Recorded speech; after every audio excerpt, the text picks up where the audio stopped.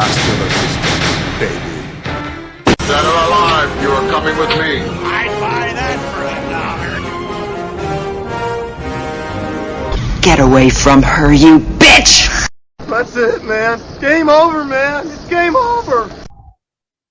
Hello, everybody, and welcome to episode 6 of Hun, Your Geek is showing. And today, joining me as always is some random guy.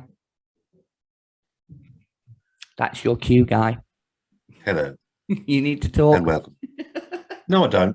I don't need to say anything. You do, so the video picks you up, and it's just going to be me on YouTube going, Well, I'm spending a year dead for tax reasons. fair enough, fair enough. But for today's Cheers, episode, everybody.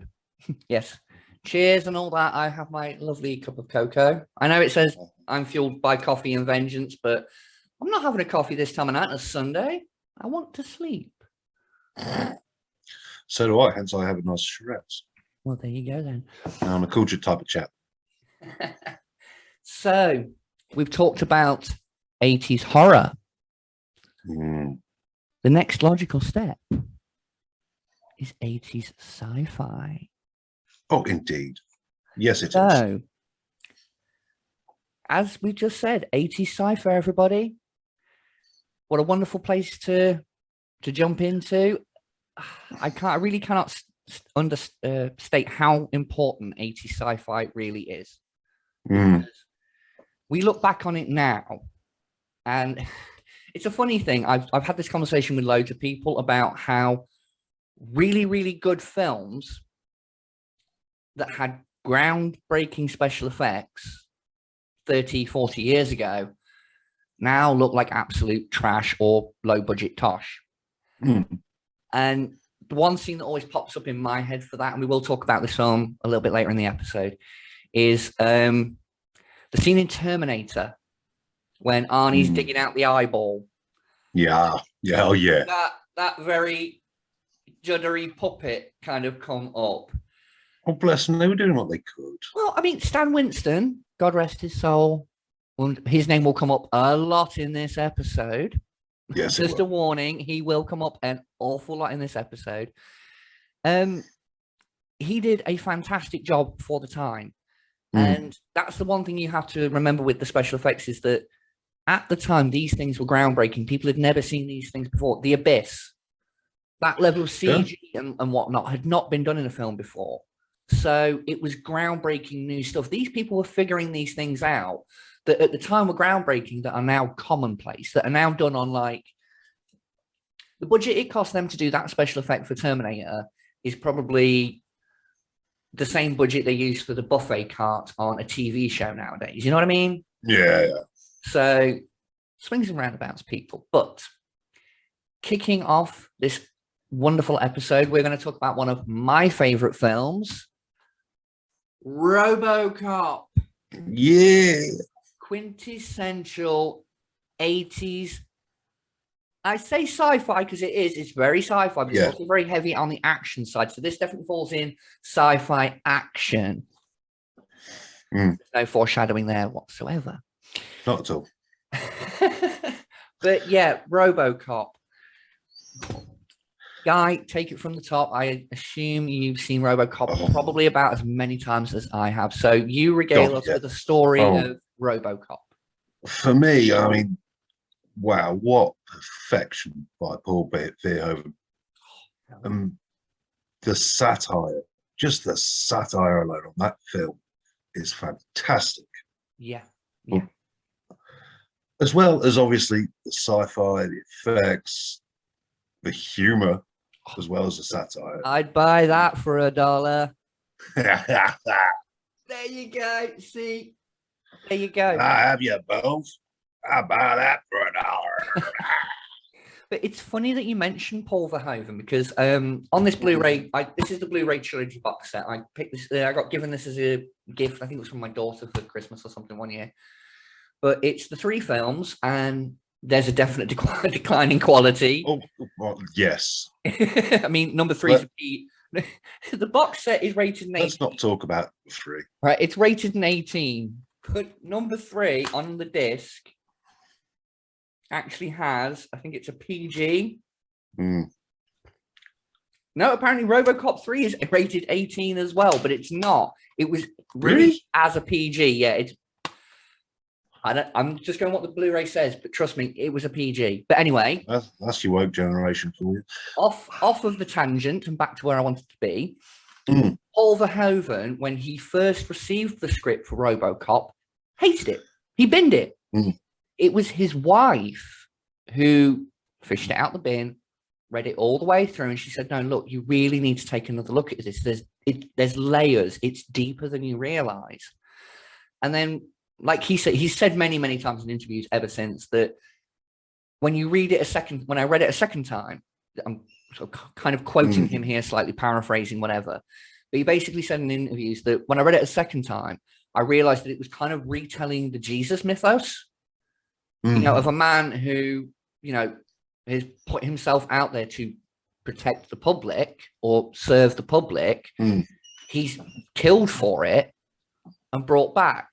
And it also plays with the whole the man in the machine or the machine in the man kind of idea of how he rediscovers himself. And that classic line at the end of the film where he takes his helmet off for the first time since he got gunned down, and he says to Lois, he says, "Murphy had a wife and family. What happened to them?" And she, tells her. And he sits there, and it's a beautiful line. And oh God, what was his name? The guy who played RoboCop, Peter Weller. Peter Weller. Fucking yeah, I couldn't. Sorry, when you know the name perfectly, but when you come to think of it, it's just who was that again? But yeah, Peter Weller. This made me fall in love with him as an actor. It's the scene where he sat at the steel mill and he's just sat there and he says, "I can feel them. I can't remember them." And then she reaches out and he goes, "Just leave me alone." Even as a kid, when I saw that, I cried because it's like, could you imagine what it must be like to be able to feel that you cared for somebody, you can't remember who that person is. Like there's this thing missing inside of you. Yeah, exactly. And you can't remember what this missing thing is. And yeah, it's the whole man in the machine thing. And I think RoboCop has gone down in movie history as one of the greatest sci-fis. Yeah. And it's partly the commentary that it tells, like the satire and all that kind of stuff, big business taking over and the big business eventually running the police and running them into the ground because they're not profitable. You know what I mean? It kind of predicted a certain few things that are kind of happening in the world right now, really. But didn't it just? So, it's RoboCop was meant to be a cautionary tale, not a fucking prediction. And the less we say about the remake of RoboCop, the fucking better. Well, I watched it. The only thing, right? Me and my friend Colin both agreed on this, and we're hoping to get Colin on an episode soon. We just need to find the right subject to pull his ass in on. But we both watched it like at separate times, and he said, "What do you think of it?" And I was like,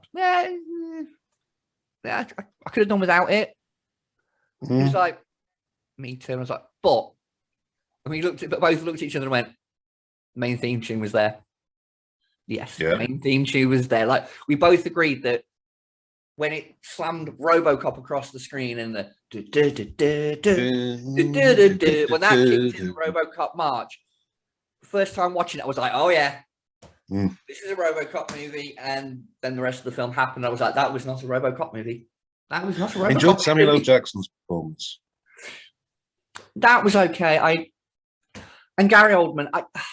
The weird thing about the RoboCop remake is there was performances in it that I liked. Just the story, I hated it. Michael Keaton, brilliant as the main bad guy. Yeah. Gary Oldman as the professor who makes RoboCop, brilliant. Even Jackie Earl Haley as the fucking douche canoe. Not to typecast Jackie Earl Haley, but he seems to play those roles perfectly. Yeah. I must admit the whole when he played the Tin Man theme tune when he's fighting Robo for the first time. That got a giggle out of me because I was like, yeah, he is a big Timmer, yeah.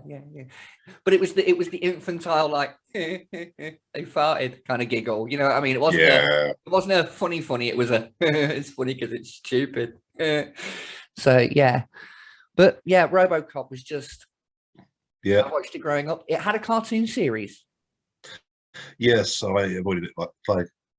I must admit, I was kind of at the age, and I've said this in previous episodes, I watched things like RoboCop when I probably shouldn't have been watching things like RoboCop, like age 6 or 7, maybe.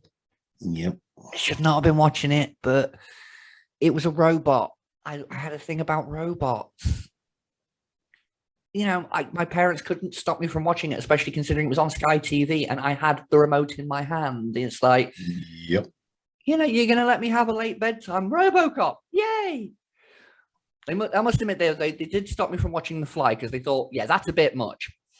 It's like the toxic waste guy, the toxic waste guy in RoboCop was one thing, but The Fly, which we will talk about that. And actually, I completely forgot to pick up the disc that I had. I have got the metal special edition box. Steelbook. Yeah, the steelbook of The Fly that's been like restored and got all the deleted scenes. I have got that floating around somewhere. I may do an insert to show it off.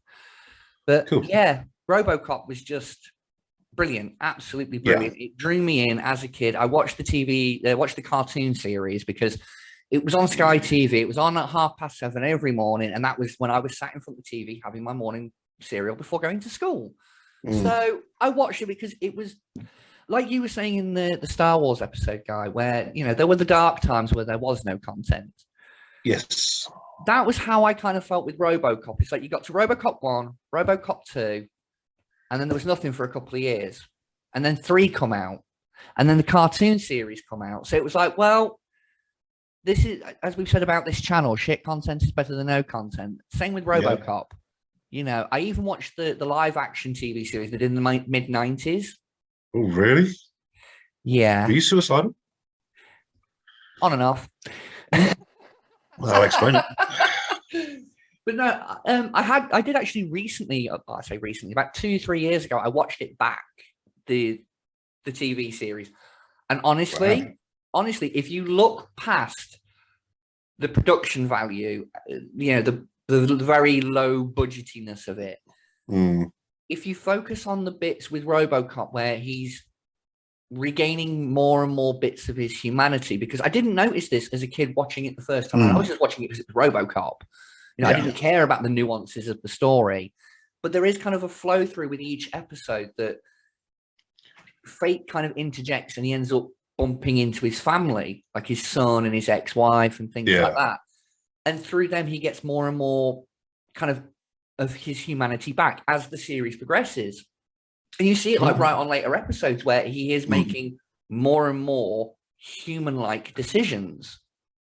So it's like they did try to expand the character a bit. Yeah. I liked it for that. Then they did the, 4-part feature-length TV miniseries thing. They did like 4 of them.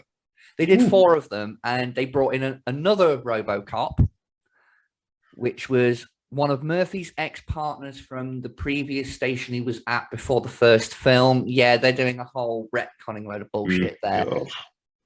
That RoboCop is, and I will actually praise the series for doing this. It actually had the character be a African-American. Oh, you had a African-American RoboCop because he got all Robocop. He got transformed into another RoboCop. The cool thing about this one is not only has he got a nice new slick black metallic paint job, but he carries 2 guns. Yeah. So it looks like old West styled RoboCop running around shooting with 2 guns, and then you've got like OG RoboCop with the other one backing him up, and it's like, okay, again, it's a TV movie, but it was fun, which was kind of part of the appeal of RoboCop, was to have fun with the series. And it does go some wacky directions, but again, it tells the story of Alex Murphy being RoboCop, not just the story of RoboCop. So, but yeah, that's my experiences of RoboCop, and on to you, Guy. What do you think about RoboCop? Wow. Oh, well, as I said, I absolutely love it. I think we've drowned all we can get out of that. So I think it's time to move on to a new one. So it's my turn, isn't it? Yep, go for it. Your choice. Oh, if it's 80s sci-fi.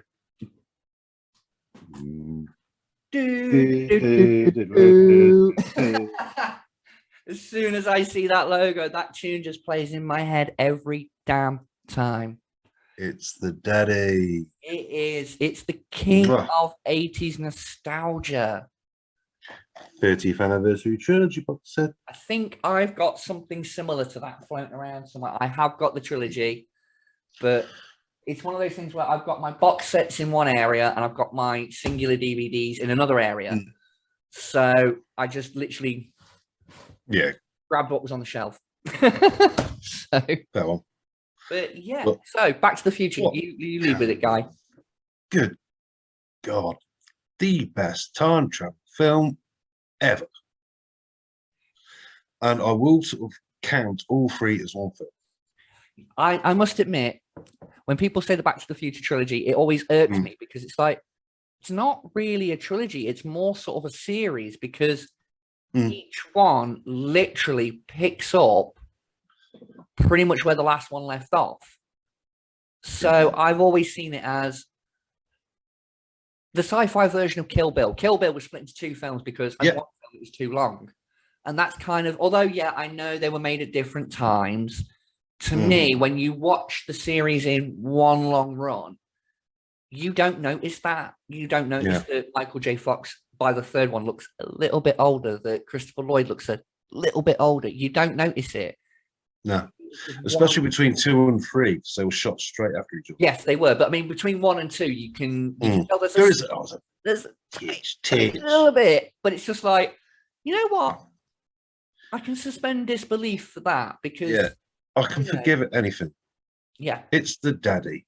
Is there a better time travel movie? I think the only other one that pops immediately to my mind, and we're obviously not going to talk about this because it's not 80s, it's like way before, is The Time Machine, H.G. Wells. Yeah. Nah, Back to the Future's the best. Oh, no, I didn't say a better one. I just mean that's the only other one that pops to mind was the H.G. Wells one. Like, if you think of famous time traveling movies, you think Back to the Future and The Time Machine. Those are two films that always pop up. Terminator, but that's more sort of time jumping because they don't go back and forwards, and you don't really see much of the future. But we'll get to Terminator. We'll get to Terminator. We'll get there. We will get there. But Back to the Future. God, it's perfect in every bloody little thing. Anytime it's on, if it's on the telly, I'll watch it. And let's face it, it's given ZZ Top a recurring paycheck. Oh, God, yes. Every time that film is played anywhere, they get fucking royalties for it. They could have quite easily, like, after that film come out, they could have just gone, right, fuck it, we're retiring. We're set for life with this one. They really could have. Well, they'll never retire. Oh, fuck no. They'll be playing. ZZ Top deserve every penny they get. They'll have their brains digitized and keep playing on keyboards. You watch it. Yep. But I mean, what can we say? Well, is it a perfect movie? It's bloody close. It is. It's bloody. I must admit, I was talking. One of my friends had said he'd seen the first one, but he'd never seen the second or third one recently. Well, I say again recently. This was like about maybe 2 years ago. Yes, I have a friend who has said the same thing. Haven't I, Tony Harris? There's a return shout out for you there, Tone. Yep. Love you, Tony. Check out Retro Movie Zone. Gauntlet thrown down. But no, back to what I'm saying. He said he'd seen the first one, but not the second and third one. So I was like, oh, well, we've got the trilogy. Let's sit and watch it. So we did. And it wasn't until the end of the first film he went, I've never noticed that. You know, I was like, what? He's like, well, at the beginning of the film, he goes to Twin Pine Malls. Yeah. Well, at the end of the first one, it's Lone Pine Mall. I was like, yeah, because he ran over the pine tree at the start of the film. So he changed history. And he was like, I've seen this film a couple of times and I've never noticed that before. And I was like, you see, that's the one thing with the Back to the Future films is on repeated viewing, you pick up shit you missed. Yeah. There's Like, lots of little- little things. Yeah, like for years, I didn't see that the sign on the Jaws film in part 2 said this time it's really personal because it was taking a jab at, was it Jaws the Revenge or something? Yeah. And I was like, I've never noticed that, like until it was actually pointed out. And again, it's one of those films that if you're looking for background details, it's there. Yeah. Although I must admit, it does still make me laugh that Disney, of all people, back in the 80s, greenlit a film that the main storyline point was an incestuous relationship between a mother and a son. Yeah. They didn't pick up on that. I mean, Luckily. that's kind of what it boils down to for most of the film. It's a mother lusting after her future son. She doesn't know that. So in her defense, we can say, like, from her perspective, she's just lusting after this boy she's come across. Clint Eastwood. No. Calvin Clint Klein. Eastwood. Calvin Klein. Klein. Clint Eastwood was the third one. Yes, it was. Yes. But no, I mean, Jesus Christ. It's The best. And the greatest thing is that both Bob Gale and Bob Zemeckis have said there will never be a reboot or a sequel while they're alive. Yeah, they actually had it written into a contract that they okay any projects related to Back to the Future. So the ride, the game that came out a couple of years ago, the Telltale game that came out a few years ago, all of that had to be okayed. Musical. Yeah, the musical, everything had to be okayed by them. Now, it's one of those things of, would I like to see a reboot of it? No. No, I don't think I would. Would I like to see a sequel? Possibly, but, and hear me out, this is just my little premise of it, that I think if there was going to be a sequel is the only way the storyline would work, right? And I don't want to say this harshly because I love Michael J. Fox, but because of his health concerns, to limit his recording time, I think they should start the film with Marty passing away or it being at Marty's funeral. But then Doc approaches his son and he goes back in time to prevent his dad's death. Or Doc says it's a theory. He ends up there by accident and has to get back. Because then with the nostalgia kick that's going on now, you could set it in the 90s and see what happened to Marty after his adventures with Doc. Yeah, I know, but I like it. I'm not saying that should get made. I'm just saying that for me, if it was announced that there was a fourth one coming out and that was the storyline, I'd be like, okay, I'm optimistic for this. I think if it was announced, a lot of people would be spitting on it. Well, yeah, probably, but I'm just there is a that, lot of purists out there. I know. I'm just saying that for me, if that was the premise, I'd be intrigued enough to see it, just to find out what Marty was doing in the gap between 2022 and 1986 or 1985, or it was 85. So what happened to Marty in that gap? Where did Doc go? Did he go on more adventures with Doc? You know, there's stuff there that could be explored, but I agree with the creators that unless they okay it shouldn't happen. So I'm just putting ideas out in the universe. Maybe something will happen.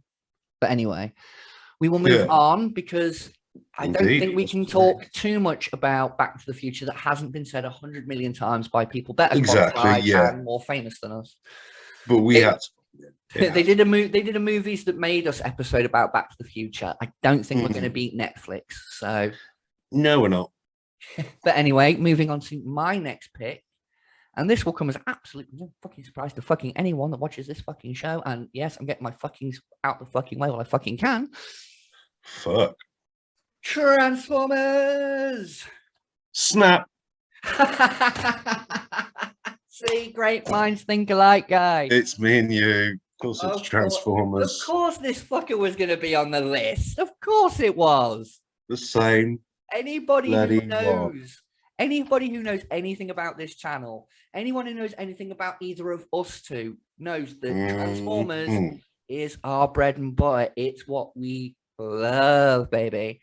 Yes, So, it is. Transformers the movie. We have talked about this so much, and I don't think we can say much more than what we've already said in previous shows. I've got 3 words to say. Fuck Michael Bay. Yes. Might be a little controversial there, folks. Oh no, I think the Transformers fandom is universally behind you with that one. I mean, I will say, and oddly enough, I was actually talking to my daughter about this last night in preparation for tonight, that for a lot of people, the 86 movie was the Transformers movie all the way up into all the way to 2007. You know, it was the only kind of film we really had. There were shows, there was series, there was stuff, there was comics, there was figures, but there wasn't a film. And it's probably because this tanked at the box office is the why there wasn't another film. Well, yeah. $6 million budget. It made anywhere. There's no exact number, but it made anywhere between 2 and 5 million. So it was considered a fucking dud. So that's probably why Hasbro didn't bother. Come 2007, we get the Bayverse, first live action film, and the world, the Transformers fans out there who've been hiding in the shadows, clutching their Beast Machines DVDs, going, someday you'll come back. Much like they did in 86 when Optimus died.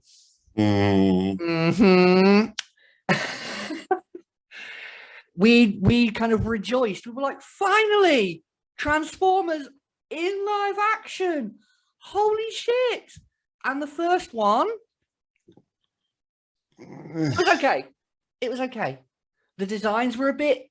The designs were wank. Well, Starscream looked like a giant... Starscream looked like a giant fucking Dorito. Wank. Yes. Starscream looked like a Dorito. Yes, he did. I didn't mind... I don't want Starscream looking like a Dorito. I didn't mind Optimus's redesign too much because the truck elements were there where they needed to be. I didn't like the flames. I said the design, not the paint job. It had the right helmet shape to me. It was an Optimus. I can... You know what it's like? Peter Cullen. And we had the voice. So it was close enough for me. Frank Welker got dissed. Yeah, I know.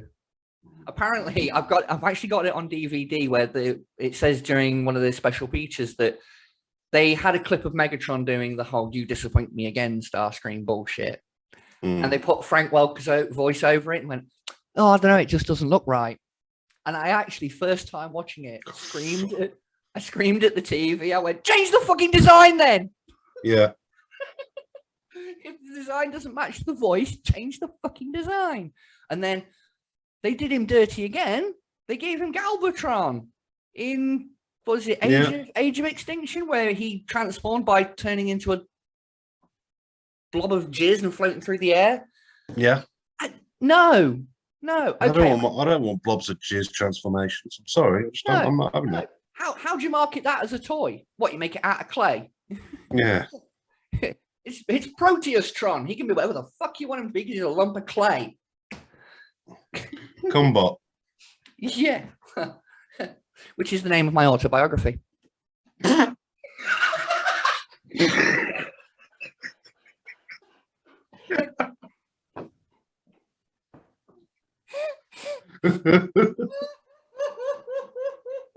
Shit. I do Well, there was movie apologize, stress everybody. going all over the fucking place. I do apologize, everyone. That literally was. I just didn't even think. I just said it. I'm so sorry. I'm so sorry, ladies and gentlemen. Oh dear. Back to our regularly scheduled programming. Oh, God. Oh, God. I'm crying. I Well, you broke got me. Oh, you got me for once.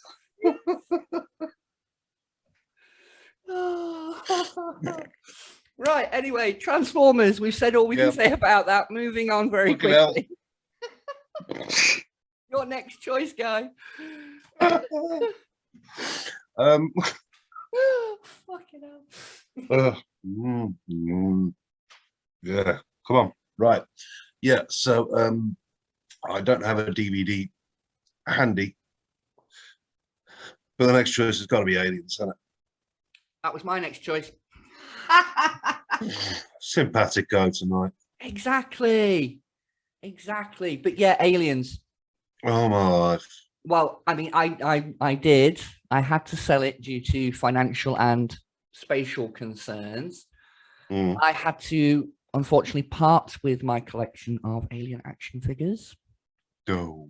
I had the Queen, I had Ripley, I had Newt, I had Hicks. I even had, and this is a slight sidestep, NECA Toys, God bless them, they made a special figure called Kyle Windrex. And the story behind that is, it wasn't a character that appeared in the film. So, There's a story behind it. did you also have Spunkmeyer? No, they've not actually brought out a figure of him yet. But yeah, this figure, it was a lovely little thing that NECA did. They made this one figure called Kyle Windrex. Mm. And it's because the lead sculptor at the time for NECA was Craig Windrex. And his brother, unfortunately, was diagnosed with cancer. Oh. And I can't remember, but I think he actually passed away. I can't remember. So if I've got this wrong, I'm sorry. I don't have fact checker up here. I'm just going off on what I can remember. But he did unfortunately pass away. Mm. So as a tribute to him, they sculpted a figure for him, like a head portrait for him, and released it as an Aliens figure. Oh, nice. So if you are on eBay and you see that one floating around, you go, oh, well, that one's not from the film. It's that one. Yeah, good. So, yeah, I picked that figure up purely because I heard the story behind it. And I was like, well, if I'm ever going to get an Aliens figure that's not part of the film, there we go. That's a good Yeah. for me to get one. But yeah, back to the film. Oh, as I throw up on my channel all the time, and the influences of this film are felt everywhere around me. The bitch is back. It's on my title card. Yep. We end the intro with "Game over, man! It's game over." Yeah, exactly. Because it's an immortal line. Just the film is so goddamn quotable. Even Lance Hendrickson, the lovable old rogue that he is, actually titled his autobiography "Not Bad for a Human." There you go. So, you know, because he played Bishop, and just one of the most famous androids in history. So famous, in fact, that Lance Henriksen lent his voice talents to a character in Detroit Become Human, which is all about androids. So, you know, swings and roundabouts there and whatnot. But yeah, Aliens, just from start to finish, especially with on the Blu-ray, you've got the special edition. So it's got the extra content in it. Yeah. How many direct cuts has there been? There's been a few. There's been a couple. There was the original theatrical cut. And then there's I think it says here, let me have a look. Special edition. It does say the special edition, but it doesn't say what year that special edition was. Yeah, because there's 1991. Includes 1986 theatrical version and 1991 special edition. The 1991 special edition was released on VHS, which I believe had this cover on it. I think so, yeah. And it's basically got an extra nearly an hour's worth of content thrown back into it. And James Cameron on the Blu-ray does actually do a little intro to that. And he said, one of my friends put it beautifully for me. He said, the opening for Aliens is that it's that 40 miles of rough road before you hit hell. And I was like, on future watchings of the film, that sounds right, because with all the extra content where you see like Ripley finding out about the death of her daughter, yeah, you see the first encounter with the ship, you see Newt's parents, you know, her dad's the first one to get a face hugger on him. You see this building escalation of things going Yeah. bad.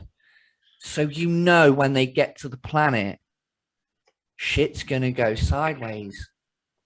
It's just a matter of when. Yeah. And okay, it has been looked back in retrospective. A lot of people have said, oh, it's James Cameron's analogy for the Vietnam War. Okay, so everything's an analogy. Everything's an analogy for something else. Mm. You know, every film that's put out there takes inspiration from what's going on in the world. Yeah, but who cares? Holy balls, it's an awesome story. Yeah, it is an awesome story, and they had an actual Marine on the team, Sergeant Apone. Yeah. Oh yeah, Marine. So you know, all the drills and stuff you see them doing in that film are the actual kind of drills that Marines would do. He had them. He had it down to a T with the actors. And famously, James Remar got kicked off of being Hicks, and Michael Biehn stepped in. Yeah, and what a better choice. Yeah, you know, been there, done that. Yeah, we got to have the David Letterman jokes here somewhere. Too right. But yeah, it is a fantastic film. It's in contention. Best sci-fi of the 80s. I'd say it's the best sci-fi horror. It's the best sci-fi horror because but it's also sci-fi action. It's sci-fi action horror. Yeah, I must admit, shooty guns. I must admit, I do like the rumors and legends of how James Cameron pitched Aliens to the studio. He just walked in, wrote Alien on a big whiteboard, and went, "That was the first one." Yeah, puts an S at the end. That makes it 10 times more scary. If one can pick off that many people, what can a whole nest do? And that was literally the pitch. And I'm like, if that's the true story, he got balls. He got big balls. Yeah.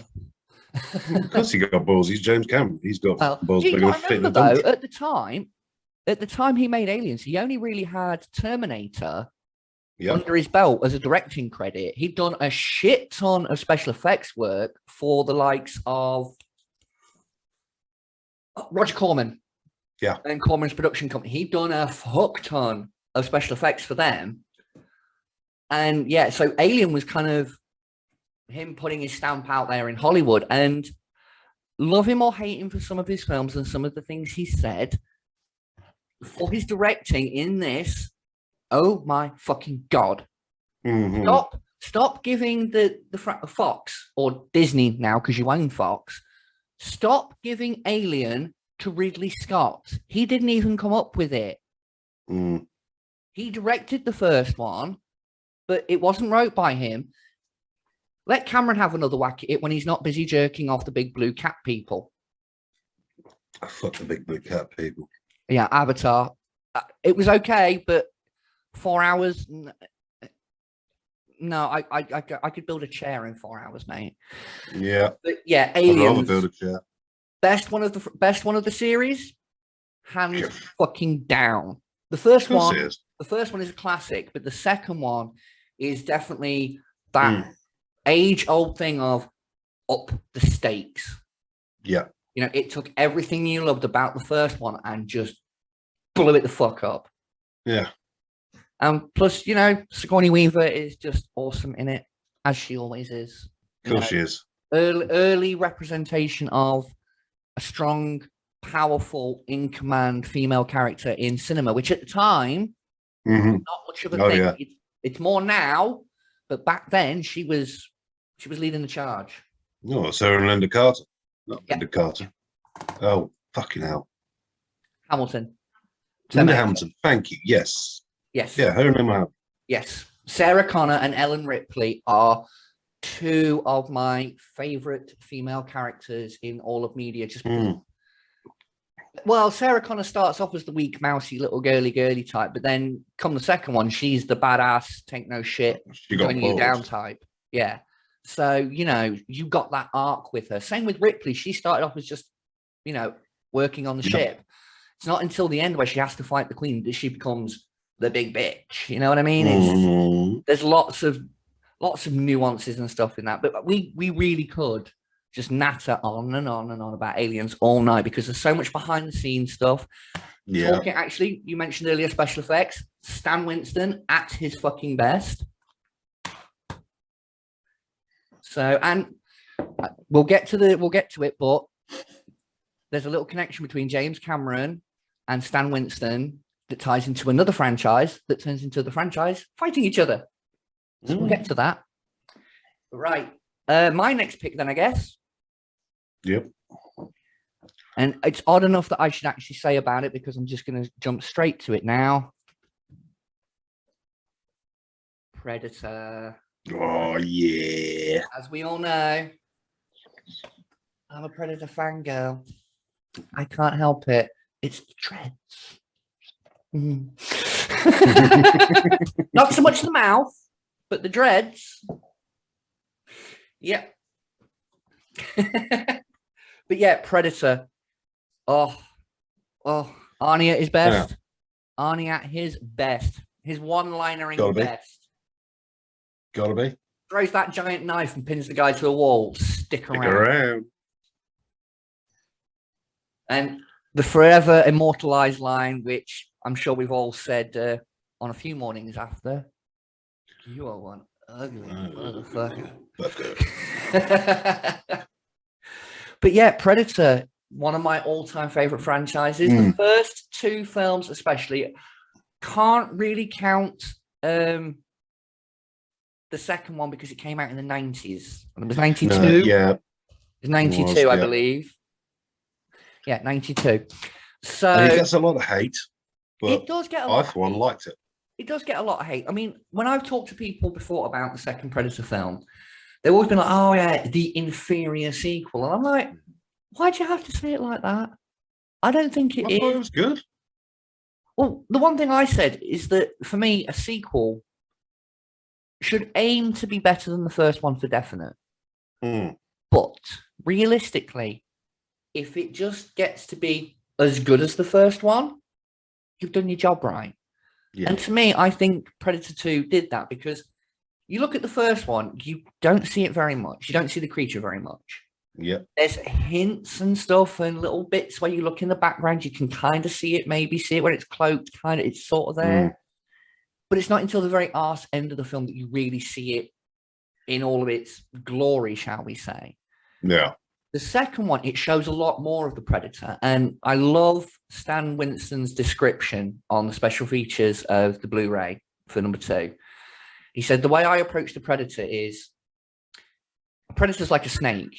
You know, a snake is a snake is a snake is a snake. But a cobra doesn't look the same as a grass snake. So, like, you know, it's clearly the same species, but it's from a different place. Yeah.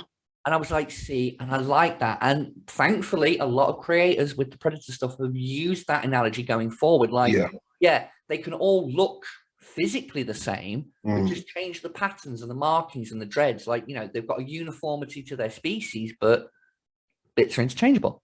Yeah. So, but yeah, I and the little snippet I wanted to connect with Aliens and Predator is James Cameron was on a flight with Stan Winston. And I think he was going over to finalize some stuff about Aliens because Aliens was 86, Predator was 87. No, yeah, 87. And they were on a flight together and he got the call for Predator. He was going out to the set to do the redesigns because famously Jean-Claude Van Damme originally played the Predator that looked like a big giant Beatley type thing. And then they were like, no, we need someone imposing against Arnie. And Jean-Claude is, compared to Arnie, Jean-Claude is a diddly little man. Equal. Tiny man. So they called in Kevin Peter Hall, who'd recently come off of Harry and the Hendersons, or Bigfoot and the Hendersons, sorry. Yeah. No, it was Harry and the Hendersons. What? It was Harry and the Hendersons, wasn't it? No, I think it was Bigfoot and the Hendersons. Harry and the Hendersons was the TV series. Ah, right, got you. And boom, Honey Geek is showing. Yeah, it is. Sad that I fucking know that. But yeah, they brought Stan Winston in to do the redesign. So he's on a plane with old JC, not Jesus, James Cameron. Oh, yeah, Thinks he's Jesus, but anyway, he's doing the sketch for the Predator, and him and Jim are just, idly chatting back and forth. And apparently Jim's just sat back in his chair and he goes, "You know what? I've really always wanted to see a monster with mandibles on its face." And apparently Stan Winston went, "Oh, is that so? So what do these look like then?" And started sketching them as James Cameron was describing it. So if that hadn't have happened, James Cameron would not have had a slight little influence on the Predator's facial design.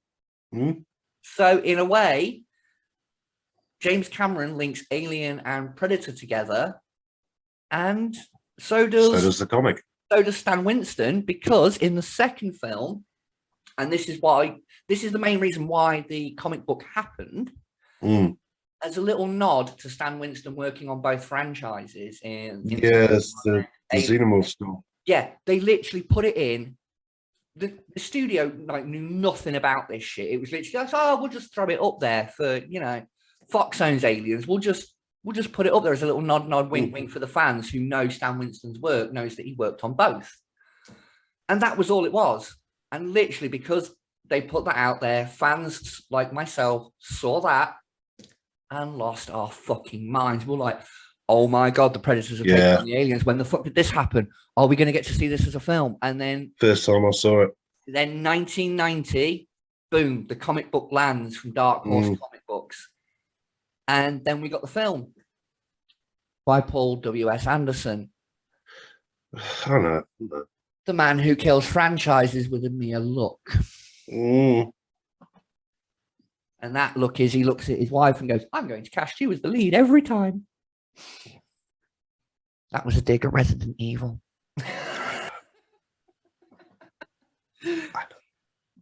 But yeah, Predator, one of my favorite franchises. We have a new one coming out soon, so we're not going to talk too in-depth about it today. We're not. Do its own little special in a couple of weeks' time.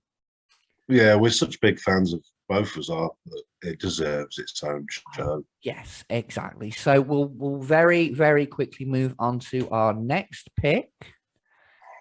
Your pick, Guy? Are you going to do a pick, or shall I do one? I think it's my turn. I am going to do, this is one of my favorite sci-fi films of the 80s. It's not a huge film. It's War Games. Yes, I do hear that reference quite a lot just recently from some of the YouTube channels I watch. I'm like, I know I've seen it, but it's been that long. I really cannot remember anything about it. It's great. Remember the little bits. Dig it out. Dig it out and watch it again, Cali. I will. I think it's on Netflix. I'm not sure. I'll have to have a look. Oh, I don't know. I'll find it. There's a cheap DVD shop in town. I can definitely go and have a look. But yeah, I'd love to comment on it, but it's been so long since I've seen it, I don't remember any of it. Oh, great. Matthew Broderick stars as young kid, computer expert, likes a little bit of the old hacking. Oh, yes, they do. As a lot of people seem to in the 80s.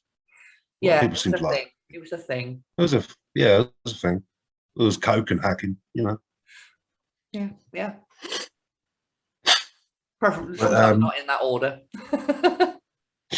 Exactly. Yeah. But that's trying to hack in and play new games from a software company. Accidentally hacks into the government. Yeah. Nearly starts World War III. Yes, I do remember the sort of like the basic premise of it. That was like, kid accidentally starts World War III. A bloody great film, directed by the great John Badham, who actually had another film out that I love. Within 2 weeks of War Games, he also had Blue Thunder released. Blue Thunder, yes, one of your favorites. You talked about that before. Yes. So he's one of the few people to have a hit film in the cinemas within 2 weeks of each other. So they're at the same time. Wow. That's so a marketing tactic. That very clever. Kudos to him. Definitely. Starring the great Roy Scheider. Oh, there is a TV series to this. Oh, you son of a bitch! TV off. Yeah. Roy, that's every time I think of him, it's just that pops into my head. Love you, Roy. Oh, yes. Maybe we can get him on an episode. You have a fucking job, Bill. I know. I think he's dead. We Right. having a seance on it. Maybe. But John Badham double bill. Great 80s sci-fi. Check them out. That's a recommendation from Guy, everybody, so check it out. It is. Do it. Make it so. So, right, Number we'll one. quickly jump on because I've just noticed it's getting a little bit late now. So we'll quickly move on. Oh, it is a bit, yeah. We'll go to my next pick, which is, oh, wait, that's next week. Oh. Cat's out of the bag there. Going a slight bit slant with this one. And, well, actually, because it's getting late, I'm going to stick these two together and we'll do a little fight between the two because I think one is almost the anime answer to it. My last two that I'm going to throw up for discussion are, of course, for the anime side, we have Ghost in the Shell. Yeah. Absolutely amazing film. And to rival it, Western style, Yeah. Blade Runner, the original Blade Runner. Right. Not the Okay. 2049 sequel, the original Blade Runner. And I think those two should go head to head for me because they deal with kind of a lot of the same themes. Ghost in the Shell is about, what makes a person a person. Is it just the ghost in the shell, the soul, the brain, the personality, whatever that's inhabiting the body? And Blade Runner kind of asks that question as well with their androids or their whatever they call them in that, the replicants. Yeah. Like Rutger Hauer. Oh, I love Rutger Hauer's performance in Blade Runner. The speech he does at the end. Tis and rain. Yeah. And how poignant was it that he actually died the year the film was set? I've seen battleships off the shoulder of Orion. I've seen things you people wouldn't believe. What can I say about Blade Runner that hasn't already been said? Well, I could say a couple of things. Go on then. Controversial opinion alert, people. No, here we go. Don't like Blade Runner. Why not? I thought it sucked. Why? Bored me to tears. Oh, you have to watch it for the nuances. It's the subtle Nuances. The subtlety. Harrison Ford can't get it right every time. Well, no, but to me, you think of 80s sci-fi and Blade Runner. Oh, I know. It's got a huge footprint. I know that. It has. I mean, it's not just the imprint that left, but I think it's that inspired a lot of other films, aesthetically, especially. Oh God, yeah. Like, back to the beginning of the episode, Back to the Future. You look at those hover cars in that, and you tell me they were somewhat inspired by the Whisper craft from Blade Runner. Mass Effect. You're a gamer like myself. You look at the hover cars in that; they are pretty much straight rips from Blade Runner. Oh, I did say it was controversial, but I just couldn't get into it. Fair enough. To each their own. What about Ghost in the Shell? Then, have you ever seen that? No, I've not actually. I'm not the hugest anime sort of dude. To be honest, it's one of those films that got me into anime. It came out. I say it came out in I think it was the 80s. This one, or am I misjudging it? Let me fact check. No, that was 90s actually, so I can discredit that. I didn't check the back of the box. I could have sworn it was 80s. Actually, Akira. That is Akira. 80s. Have you seen Akira? Yes, I have seen Akira, and I've seen Urotsuki Doji. I think a lot of people have seen that one. Yeah. Yeah, Akira. The one thing that always struck me about that was I remember one of my friends I lived with during my college years had a DVD box set, like the original Japanese version, the English version, and the American version, because apparently there was 3 different cuts. Oh shit! I don't know which one I've seen. There's no different apart from the dubbing. No, I've seen all the dubbing. Basically, the American version just has certain words swapped out, like anachronisms and all that kind of shit. But anyway, yeah. So the one thing that always bugged me was you look at the front of the box of this collector's set he got, and there was like quotes from magazines all splattered all over it. And one of them was, "No Akira, no Matrix. It's that important." And I'm like, I don't really see where the influences from Akira appear in the Matrix, other than the fact that it's someone given a godlike power. Yeah. And okay, Akira deals with what happens when a normal person gets a godlike power and then cannot control that power. You know, that's kind of where Akira went. But as sci-fi, 80 sci-fi anime goes, I've seen a lot of them. Guyver is one of my favorites, but Akira is definitely right up there film-wise, as I can sit and watch it anytime and I still enjoy it just as much now as I did when I first saw it, which is rare for anime films for me, because for me, a lot of anime films are one and done. You watch it, you move on. Yeah. But Ghost in the Shell and Akira for me are those 2 that I can definitely always go back to. Right. Any last choice for you guys before we wrap up? Well, actually, I'd like to go to the small screen. Go on then. 80s sci-fi small screen.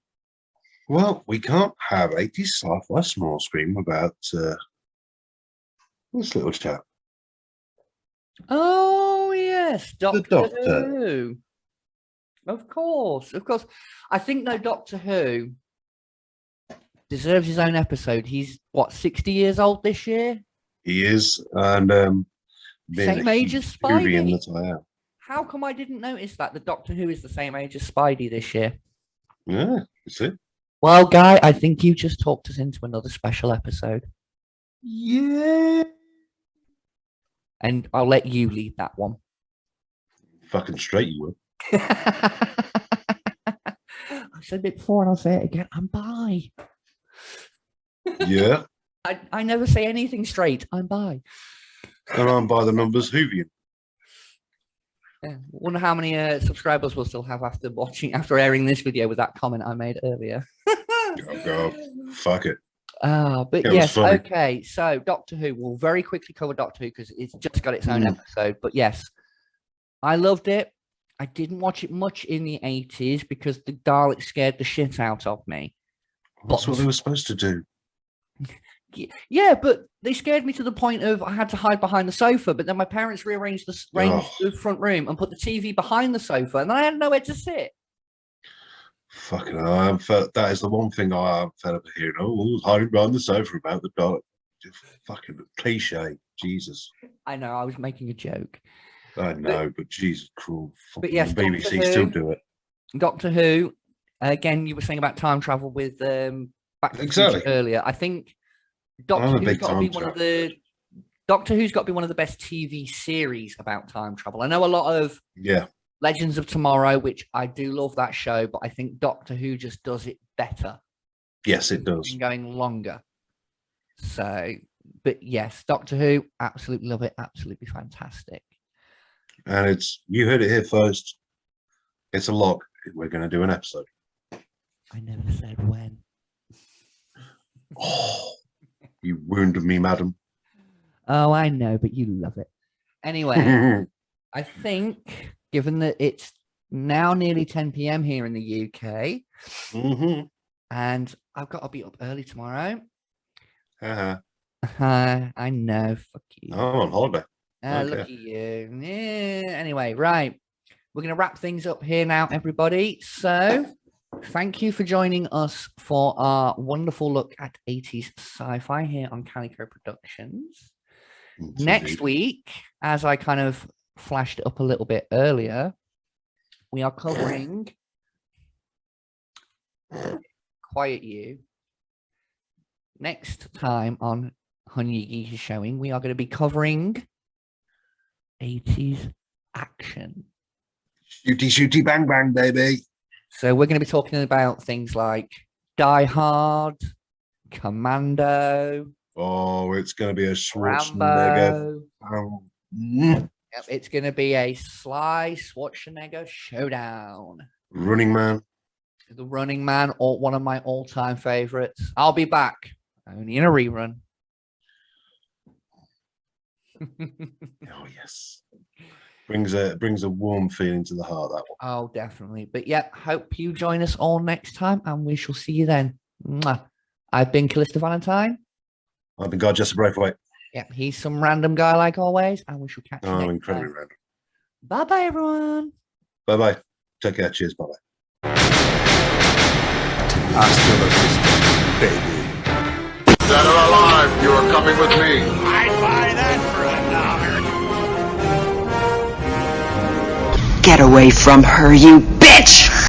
That's it, man. Game over, man. It's game over.